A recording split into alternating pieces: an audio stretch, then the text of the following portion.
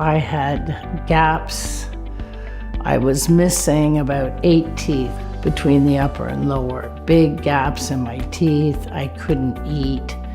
I was a teeth grinder, so they were getting stubblies and getting littler and littler all the time. It was very disappointing because I'm not an old person, and I faithfully went to the dentist every 6 months for checkups and cleanings, and I just didn't have good teeth.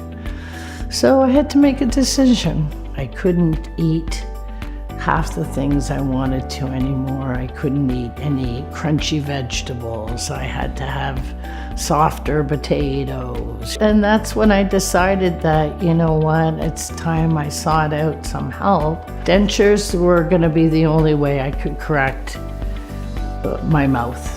Up until I saw Dr. Margolian, and she said, had you ever thought of any other options? And she's the one that told me about the implants and how much more secure they would be and beneficial, because I'm still a young person, right? And this has got to last forever. I decided to go with the implant-supported dentures. I have the implants put in, and then the teeth actually snap right into the implants, which secure them, overwhelmingly secure them tight.